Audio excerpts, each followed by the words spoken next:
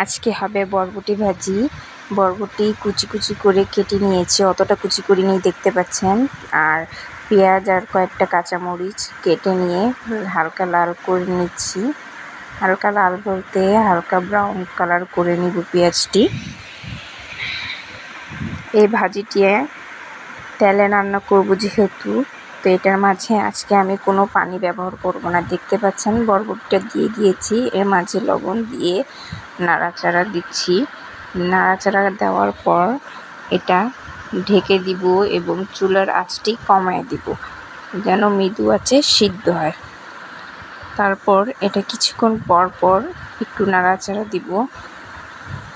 দেখতেই পাচ্ছেন কিছুক্ষণ পর পর নাড়াচাড়া দিয়ে আমি ঢেকে রাখবো, মৃদু আঁচে রেখে দিব যেহেতু এটা সিদ্ধ হওয়া লাগবে। এই তো আমার ভাজি